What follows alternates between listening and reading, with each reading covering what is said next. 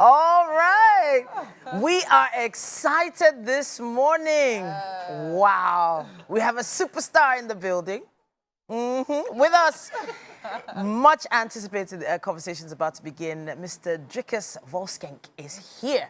Yes. He is one of South Africa's top actors. He's worked in over 60 films, television, theatre productions, both locally and internationally. It's great to have him here. Definitely. Drikus has also starred in multiple award-winning productions alongside world-class talents Idris, Alba, and Naomi. Mandela Long Walk to Freedom. He is currently the head of acting screen at Ebony Life Academy. Yeah, so Ebony Life Academy is well known for churning out amazing talent. I know that our very own Winfrey was in the academy as well. He's the head of the academy right now. Yes. It's great to have you in the building. Thank you so much. Good morning. Good morning. First of all, great outfit. Thank you so much. Yeah, I thought I'll do native. Really? Yeah. It feels really comfortable though, right? Native? Very comfortable. Yeah? Yeah, I love it. Yeah? And my students made it for me. Yeah. Isn't that amazing? It is yes. amazing. You're a very, very amazing lecturer yourself. Thank you so much. One Yeah. was loved in the whole of Ebony Life. All right. It's so lovely to be here. Thank you. Honestly speaking, it's always impressive to see people who have sort of been able to merge different types of art. Now, I know you've been on stage, you've done film, you've done TV. We just recently heard that you were also in Scandal, which is a major series, South African Scandal. But you need to let us in on your version of the contrast between both industries. You know, it's a very interesting question because they're very different. I believe the South African industry is much smaller than the Nigerian industry. The Nigerian industry is huge. But I think we have more international productions coming to South Africa, and I really think that, I hope that for Nigeria, that international productions would come here more in the future. Okay, but now if you were to say, yes, you said the industry in South Africa is smaller, but it does feel like the scale of the productions is bigger. Yeah, they get more money from streaming services than Nigeria, and I hope that'll change in the future. You know what I think is a beacon of hope, as you can say, for South Africa is Cape Town. Cape Town is a magnet for international productions to come and film. It's a beautiful location. It used to be cheap. It's not cheap anymore. Not anymore. But still, it's got sea, it's got mountains, it's got good actors. We have really good actors in South Africa. And great weather as well. And great weather. Yeah. Like 8 months of summer every year. 8 months of summer. And then your break, you can sit on the beach. It's really, really I mean, it's been a lot of productions, a lot of awards, right, going forward and everything. But I really want to know, right, I think a lot of people want to know as well, where did the journey start from for you? Like, when did you discover that, okay, fine, this is what I want to do, acting, whether it's in front of a camera, directing, and like acting, and of course, I'm teaching acting and all of that. Where did the journey start from for you? You know, I started in business communication. I studied business communication, and then later had to go and work and earn money to pay for my own acting studies. And then from there on, I just knew I wanted to do it, and I've been very lucky. I've had like a parallel career of working and giving back and working at different film schools on the African continent, which brings us to the Ebony Life Creative Academy. Of course. Yeah. So the dream of the academy, the whole aim of the academy is to, churn out amazing production crews and actors and like our very own. So when I was there, you were actually the head of the acting class. And now you're head of school. And still the acting, yeah. Yes, still the head. Both. You're doing both now. So now the question is, how do you handle us? I know you're not normal people. I know.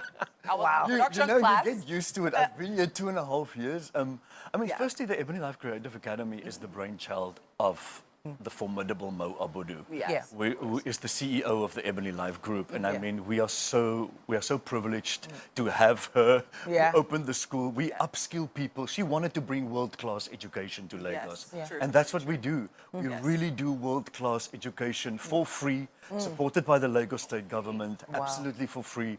Nobody pays a thing. It's an 11-week course. We produce 4 films. We have 8 departments.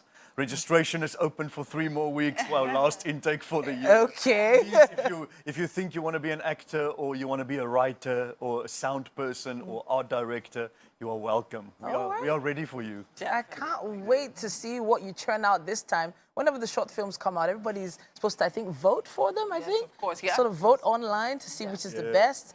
Interesting stuff, really. Yeah, it's a great experience. It definitely is. So now, talking about the awards now, walking alongside superstars like Alba now, it seems like you've actually experienced acting in film in different industries. Now, talk about South Africa and Hollywood. Now you're in the Nigerian space. Maybe not necessarily in... Have you been in a Nigerian movie? Yes, I did Eleshin Oba. Eleshin Yes, Oba. Eleshin Oba and A Sunday Affair, which is both on Netflix. Yeah. Oh, amazing. Both Ebony Life. Yes, films, yes, yes. Very true, And very really, true. so if you What wanna has the watch it- experience been like? Now, what would you say the experience has been like working on all of this movie sets across different countries?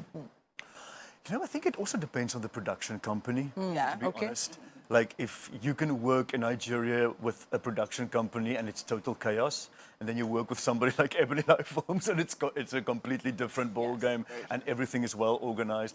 But I've also seen now you can work on the most... filmmaking is problem solving. It is. It's problem solving. If you work on a international production in Cape Town or in Lagos, it's hard. Filmmaking is hard. It's not easy. Is that for A lot of people That's just not for the weak. assume that it's easy. Even there was a time when parents wouldn't let young people go and do things like theatre arts because they assumed it was the easy way out. Like they were considered the lazy students. But now we're beginning to see that is not the case. But I want to touch a little bit on people you respect in the industries, the two industries. In South Africa, the people you've worked with that you really had fun working with, and right here in Nigeria as well. You know, of course, in South Africa, there's a... You know what's nice about South Africa? We have a very well-oiled, like I said earlier to you, we've got, I think, 12 running daily telenovelas. Wow. So it puts a lot of food on a lot of tables. Wow. And that employs not only actors, but crew.